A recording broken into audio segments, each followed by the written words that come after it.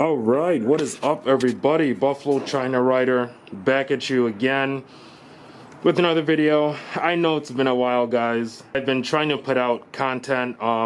Things just hasn't been working out, and I don't want to put out stuff that's not really going to be helpful to anybody. So I just kind of waited a while until I had good ideas planned and good mods in for the bike before I just made an update. And I also was not riding very much, so I didn't really have much to say about the bike. But now I've put on, still not that much, maybe about 120, 130 miles or so. And yeah, like I said before, great bike so far.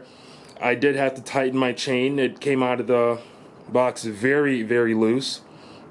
But other than that, there's a reason that I'm making this video today. Got a special surprise for you guys. This huge can is no longer gonna be on the Apollo. What am I saying? Am I speaking English? So this huge can is no longer gonna be on the bike. This huge can is gonna be saying bye, and I'm gonna be putting on something new. A couple things I did. I put on some passenger pegs here. These ones don't stay folded up. They're spring loaded, they stay down. But I honestly don't mind. I do not care. The gold accents, I think, make the bike look really good. I got those gold valve covers as well. But yeah, other than that, the bike is going pretty good. Any questions, as always, throw down in the comments, concerns, comments, anything you got to say, let me know. So, I've been out of commission for a while with this bike because this bad boy broke, completely broke, and was twisting, turning. I couldn't even turn my throttle at all. My throttle, the whole thing was turning. What happened was, see how I have my bar end in on here? Didn't have it in over here, and again, I just took it out because I was adding some stuff to this. But I did not have my bar end. The wind knocked my bike over, and it landed right here, smashed everything up, and broke this housing, this controller. And it is a pain in the ass to get one that properly fits this bike. So on ChinaRiders.net, I'm a member there, very knowledgeable guys. A guy sent me a link to a direct fit for the Apollo from this Orion site, and I believe it's the Netherlands. So I ordered this part for $57 from there, and it never came in. Granted, I ordered around coronavirus. I don't know what happened. But the guys over there sent me a picture of my package that they sent out and said, hey, we just sent it out, 7 days late because the coronavirus is messing with us. But hey, your package is all sent out. That was about a month and 5 days ago. Never received the package. So long story short, I kind of got the runaround. So I got on eBay, searched one up that looks similar. I got it. When it came in, there was 10 pins. The stock one for this only has 6 pins. Oh my god, damn it, another problem. Sent it back, searched on eBay again for another one, and I found one, this one, that has 7 pins. And I'm like, okay, 7 pins compared to the stock 6 pin. Alright, I can rewire some stuff, or repin, depin, and make it work. And I did. It took me about an hour to depin everything. I took the stock wiring harness off and put it right onto here and just did the wiring correctly. It was a little tricky to figure out because these China bikes do not have direct wiring like all the bigger Honda, Suzuki, Kawasaki models. So I did have to do a lot of thinking and head scratching, but I did get it done. Now the bike works just fine. But I will say I did blow a fuse while working with this, but I just swapped it out anyway. So yeah, that's why, again, I have not been really up that much, riding that much. I had this thing jerry-rigged, like the old one, with like a piece of metal sticking out that would fit into the hole to keep it steady. And it was about 50% sturdy. It would still move, but it wouldn't move completely off. So, long story short, that is now fixed, right? The Apollo is in great condition. Gave it a wash and wipe down not too long ago. Went on a long ride yesterday as well.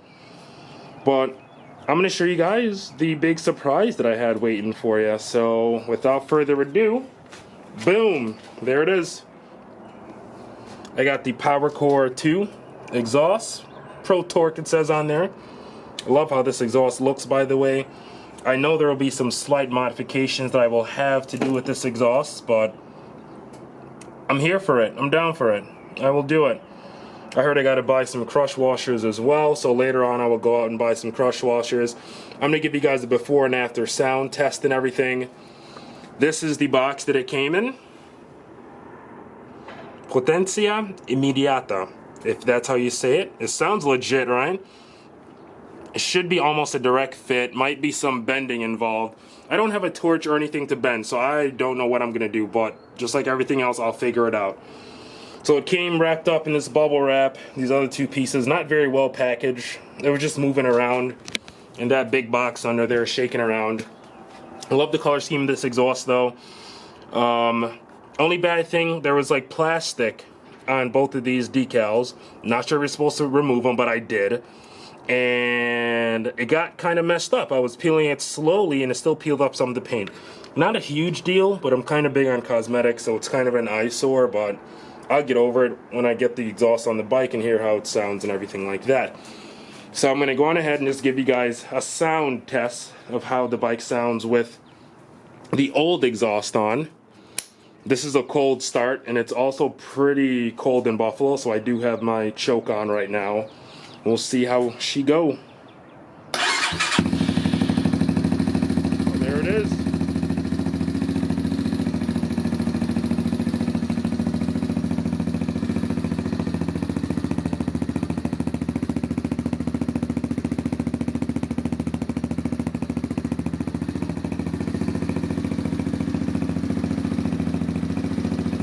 Now I'll go on ahead and I'll give it just a couple revs so you guys can see how that sounds. And after all these clips of the stock exhaust, I don't know if you can hear me over the exhaust, but I'm going to go on ahead and give a clip of the aftermarket exhaust as well. Here we go, couple revs.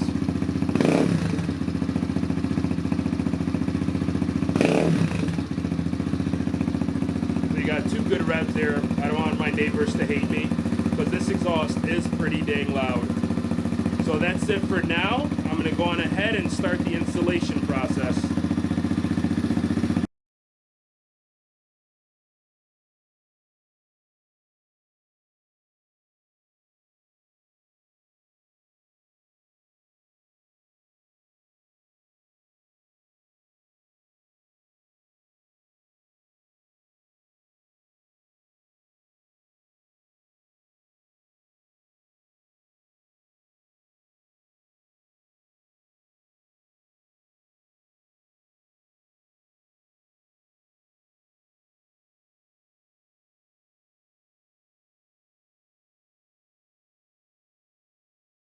All right, here I am, back.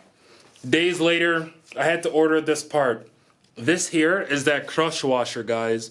I don't know if you can see it, but the lighting in here is pretty bad.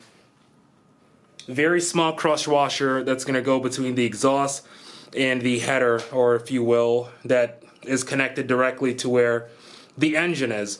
So I did not have this part. What ended up happening, I got online, couldn't find them, ordered the wrong part, wrong size. So I just got onto the Honda website, the Honda parts website. They sent the crush washer out to me, and now I have it. So I'm just going to be continuing to put the exhaust on. There are going to be some parts where you need a torch. This is the only torch that I have. So I'm going to see if it works well. So let's see here. You hold it down. Makes a little flame. So this is the only torch I have. I do have to bend the pipe quite a bit just to make it work. So I'm going to see if this torch works to get it to heat up so I can fit it properly on the bike. I'm just going to time lapse everything so you guys don't have to see me literally do every single move. I will get it mounted on here. It's not as quick, simple, easy as it may seem for the other bikes. I know one guy did it and it was a direct fit for his bike. He had a Honda CRF 230, which is what this exhaust is made for. I have an Apollo DB36 Deluxe Chinese motorcycle. The exhaust fits on it, but it's going to take some bending and some moving around. So without further ado, let's get into it.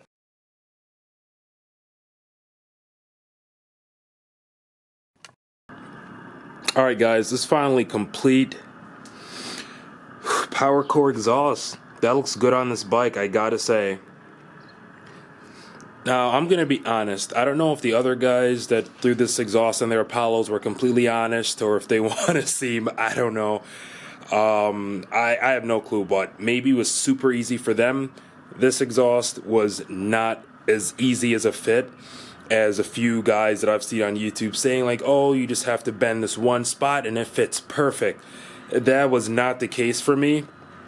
I had to, first off, I know I didn't have the right tools for the job. I had a really small torch and I needed a bigger torch, but I did not have one with me, or actually at all. I know someone that has one, and I was kind of in a rush. I didn't want to drive all the way over there for it, so I decided, hey, there's got to be another way that we can get this exhaust on without having to heat up with a full torch and bend several parts. So I took the route of, and I'll be completely honest here, I don't know if the other guys say everything that they had to go through, but I know some people are new at this stuff, so am I, with putting exhaust and all that on, so I'm just going to tell you almost every step of the process. For me, I modified more of the air box more than I did any bending. I bend the part right where the mid pipe connects. I did have to bend that a little bit, but again, it only bent a little bit because I did not have a big torch and it takes way too much time. For up under here where the header is, you have to get a crush washer that goes in there. You have to get a crush washer. Some people aren't mentioning that. You need that crush washer because the one that's on the stock exhaust is junk, won't go back there, and it's like falling apart. I got onto the Honda parts website and got that crush washer, came in a couple days, boom, got it done. This is days later than when I first started recording about the exhaust because I started running into a couple problems. Anyway, moving on back. Where I had to do the most modification, I will show you. It's right under there. See where that heat tape is? Or that exhaust tape, whatever you want to call it. That's where I had to do the most modifications. I'll give you guys a better view of under there. You can see I got my little Superman sticker there. But yeah, it's up under there. I just pretty much, I took the easy route, or different route, I guess you can say. I cut the plastic from all under there so that the exhaust can fit. Then I just put heat tape there. I found that to be a lot easier and quicker than trying to bend everything. So that's what I did. Then I had to kind of jerry-rig the fitting of the exhaust. But again, this is just my Chinese bike. I'm not too concerned with, I'm not too concerned of things going bad. These bikes are pretty strong, and I doubt the semi-ill-fitting exhaust is gonna kill my bike. So yeah, here it is. It looks really nice, as I said. Power core. It did wake the bike up, well, sound-wise a little bit. I don't know how it rides yet. All I've done was really idle it so far, but I'm gonna go out for a ride pretty soon. You know, I'll let you guys have a sound test as well. But just a little update on the bike. So far I have about 100-something miles on there, maybe like 110. I haven't been riding that much. It's been raining here in Buffalo like every single day, guys. So as soon as I can get back out there, get more miles on there, I'll let you guys know how the bike's holding up. But so far it's good. I got these bark busters, or whatever you want to call them, hand guards, from BK Performance on YouTube. I won a giveaway with him, so check out his channel if you haven't already. Again, that's BK Performance. He has an Apollo as well. I believe his is the orange version. He's done some mods to his bike as well. He has pretty nice mods, so you should definitely check him out. But I'm not going to make you guys wait any longer. I'll give you guys the sound test of how it sounds after the exhaust is put on.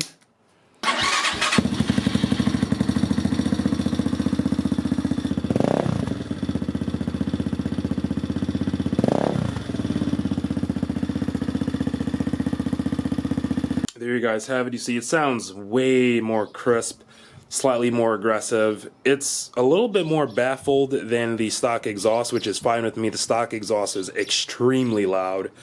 This exhaust is loud, but it does not sound obnoxious. And I'm going to see how it sounds when I go out for a little spin here in a second. It's pretty cold here today. It's like 40 something, so I'm not really going to be out for a while just to test the exhaust out. Alright, I gotta say, I just came back from that ride I was talking about. Holy crap, this exhaust wakes the bike up. As I said, for me, it wasn't exactly easy peasy fitting. It did take some manhandling and quite some adjustments to some plastics and so forth, but whatever. It's on there now. We'll see how it holds up. It's very sturdy. It's just crazy to me the power that this exhaust added to the bike. Man, I could not go, I would say, well, I could go 55, 58 miles an hour, but it would really be a struggle getting there, and the bike would sometimes bog when I get high up into RPMs. But I'll tell you, I threw the exhaust on, and out of nowhere, as I said, the bike woke up. It's revving better. It's idling better. There is a slight backfire now in the exhaust, but it's nothing too crazy, and I don't really mind that. So, again, that's all I got for you guys so far. So until the next update, as always, like the video, please, and subscribe to my channel. I'll be dropping some more videos soon enough. Yeah, any questions, comments? As I said before, toss it on down in the comments. Buffalo China Rider out.